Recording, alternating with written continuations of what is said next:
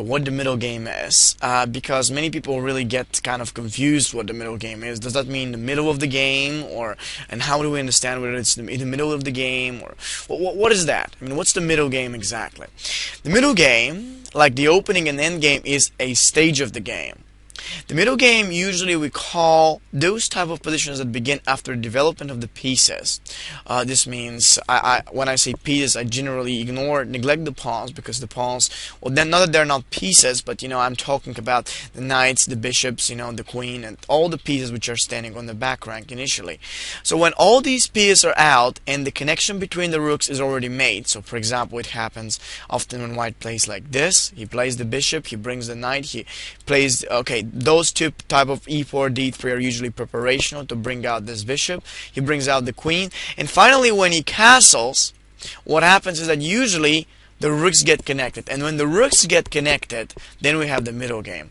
Now this is really interesting, because usually many players think that the middle game is an area of the game where we start attacking or do something, and I think that it's not. It's just that when we connect our rooks, we can already consider ourselves having the enough preparation and setup of pieces in order to launch any kind of attack or additional strategy.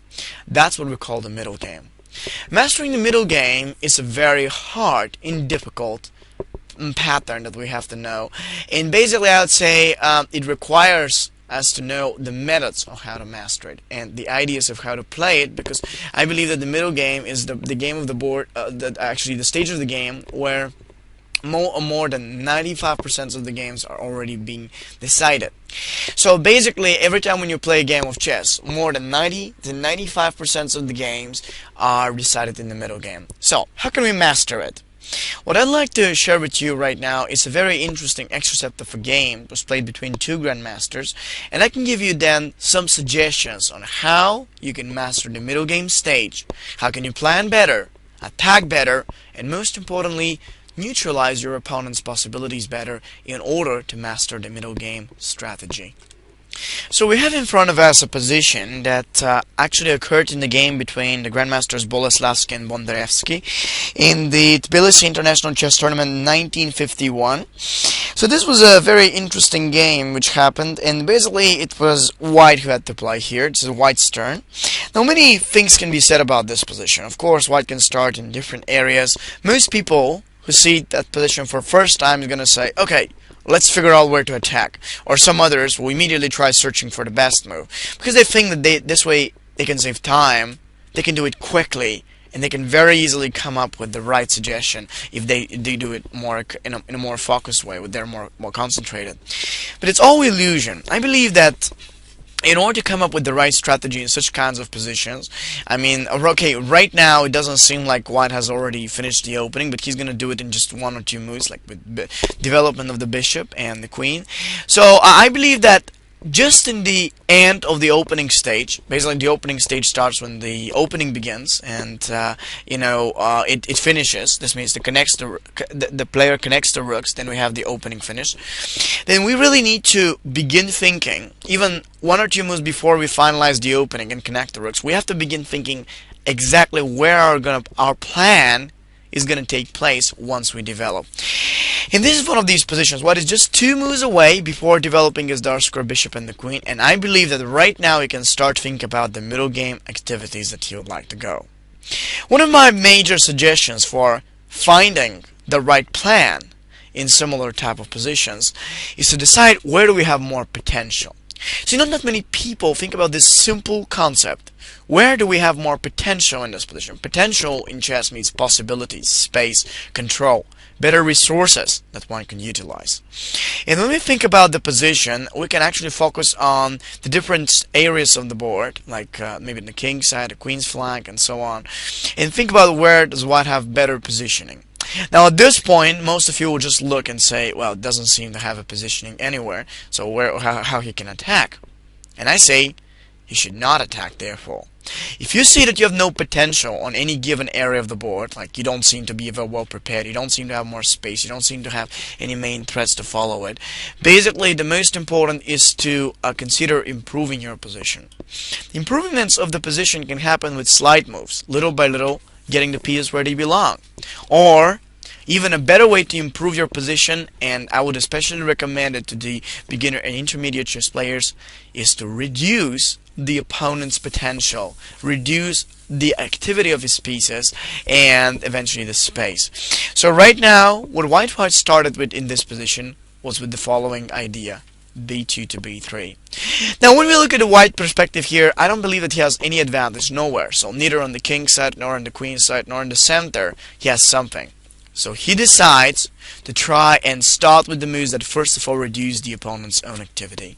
The Black Knight can't come up to c4, and as soon as White plays b3, then Black continues with g6, White plays now knight e3. The slight preparation mixed with moves that reduce the opponent's activity help White to little by little reveal the power of his own pieces, and their potential becomes more important and stronger. So when White now plays the move of knight e3, Black played knight g7, trying to improve a little bit on the king side, and now White continues developing. Each move is on purpose. Take a look how White is playing. Now the knight is actually putting pressure against the a5 knight, which is protecting by the queen, and now therefore the Black's strongest piece, which is the queen, is currently put on a defense, and it can be flexible. It can literally move. The knight comes back, and now White plays rook c1, bringing the rook on an open file straight against the queen. Bishop d7, trying to finalize the development, and finally b4. It's a really impressive move that White makes right now. The pawn on b4 controls both the c5 and a5 squared, which literally makes it impossible for Black to position a knight there or any other piece. In the same time, White is being quite ready to play a move like bishop to the b3 to open a threat against the queen, and all the White pieces are ready to go and jump against Black. Look at how much Black is reduced. None of his pieces can really do anything and become useful. So as soon as White plays b4, now we see one of the most important principles of the middle game: restriction of the opponent. Once we restrict these pieces, we can already manage and maneuver with ours as we wish. And when the knight comes to g4 right here, Black can't even play f5. Why do you think so? After e takes f, I guess the rook is going to open a threat against the queen once the bishop moves and takes f5. So e takes f, g takes f, bishop takes f, and he'll be losing. So after knight g4, Black played queen d8, intending to bring that queen away from the dangerous zone.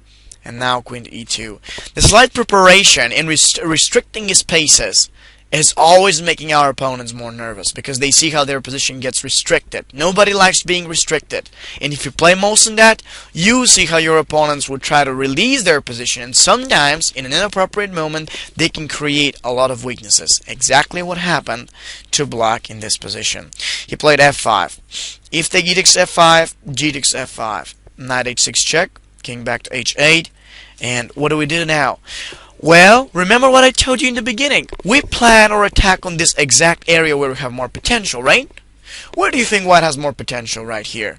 It doesn't look like it's on the queen side, because on the queen side Black is now having the open line for his rook. In the center he has a very good pawn majority.